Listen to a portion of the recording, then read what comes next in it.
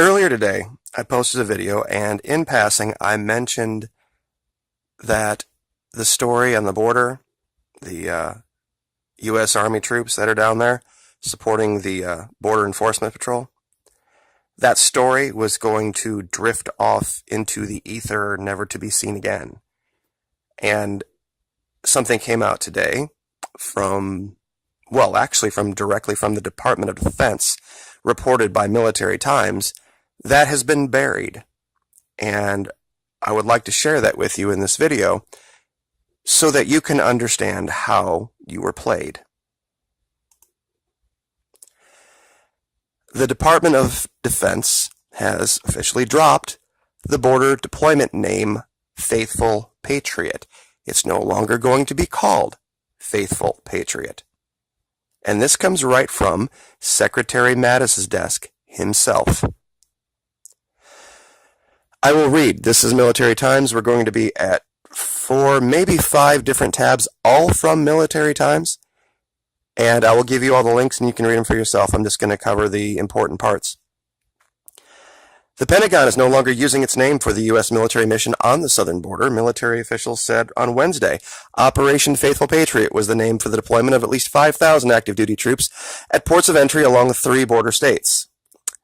A Pentagon spokesman told Military Times that there will be no official name change, but department officials are not calling it Operation Faithful Patriot anymore. We are merely referring to it as border support, the spokesman said. The change was decided by Defense Secretary James Mattis's office and was issued on Election Day, military officials told the Wall Street Journal. Now, this is Military Times. You can read this all you want, and it is fact. It is not opinion. You see, I was wondering, and I was thinking about doing a video about how could this possibly be an Army operation, because to be an operation, it has to have its own independent mission standard. Meaning that, in this case, whenever the Border Patrol down there decides they don't need the military anymore, the military goes home. That's how they determine when they're done. An actual military operation does not use some subjective standard based on the opinions of a civilian organization. If you have an operation, that operation has a mission that has its own parameters, and the decision on whether that mission has been achieved or not stays within the Army or Marines or whoever. There's no way this could have ever been a real operation.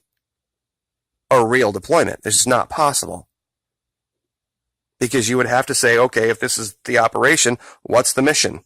And what are the standards for the mission being complete? And I know I'm boring a lot of my military audience, I'm sorry, but a lot of people out there don't know how this all works. Now, this is something that's going to surprise a lot of the military guys as well. Rules of engagement. Believe it or not, I'm going to read this for you, and you're going to probably be stunned. Unless the rules are, if I'm reading this right, unless your MOS, military occupational specialty for civilians, requires you to carry a weapon, you are forbidden from carrying a weapon down here on the border. You will not be armed unless your MOS requires it. And I have a list up of all of the units that are down there, and oh, by the way, none of them are tankers. There are no tanker series units assigned. The pictures that you saw of the tanks on the rail were just coincidence. They're not going to the border. There are no tank units going to the border.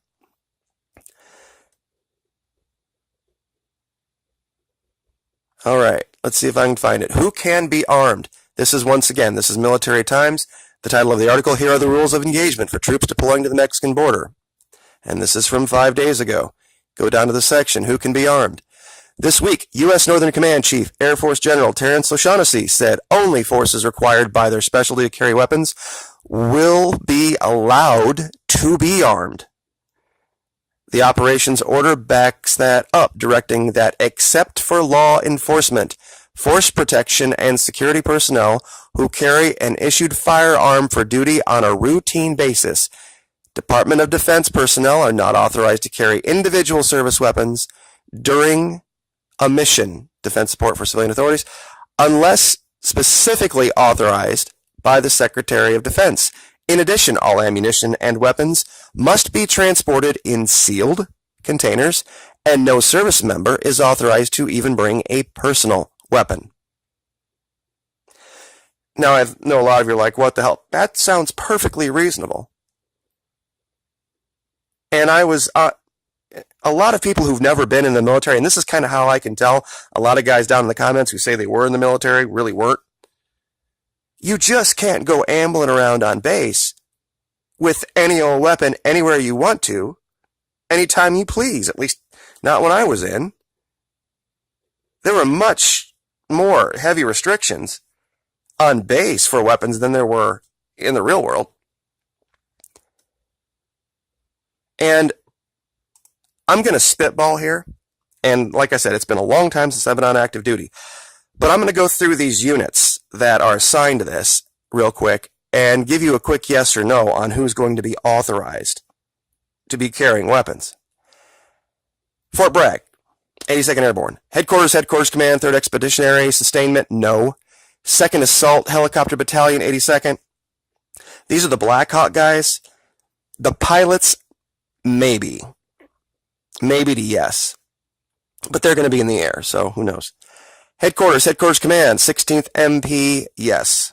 51st Medical Company, 28th Combat Support, no. 172nd Preventive Medicine, no. 264th Combat Sustainment Support, no. 329th Movement Control, no. 403rd Inland Cargo Transfer, no. Headquarters Detachment, 503rd MP Battalion, yes. This is Sustainment, Combat Sustainment Support. No one from Fort Carson, Colorado will be. Peterson Air Force, Colorado, no. Nobody from Scott. 55th Signal Company, no. Fort Stewart and Hunter Army Airfield. 3rd Combat Aviation Brigade Headquarters, no. 90th Human Resources, no. Defense Logistics Agency Contingency Contracting Team, no. Sustainment Command, no. 505th MI, some. Joint Base Lewis McChord, Public Affairs, I-Corps, no. Engineers, I know I have a regular commenter, and he goes by, it's part of his title, Sapper. I don't think there are any engineer MOSs that have sidearm requirement, but at least that's not when I was in there wasn't. 1st Combat Camera, Joint Base Charleston, South Carolina, no. 24th Press Camp Headquarters, 1st Armor, no. 89th MP, yes. 36th Engineers, I'm just going to give them all maybes. Quartermaster, no. All these engineers, there might be, but I very much doubt it. I don't remember any actual part of the 12 series having a requirement that way. Inland Cargo Transfer, no. MPs, yes. And that'll be about it. There aren't going to be a whole bunch of people walking around as if they are in a forward combat deployed area. It's just not going to be the case. And Military Times even reinforces this. 2,100, mostly unarmed, guard troops on border as Trump vows send more to stop migrant caravan. This is 23 October. So, the fact that they're dropping the name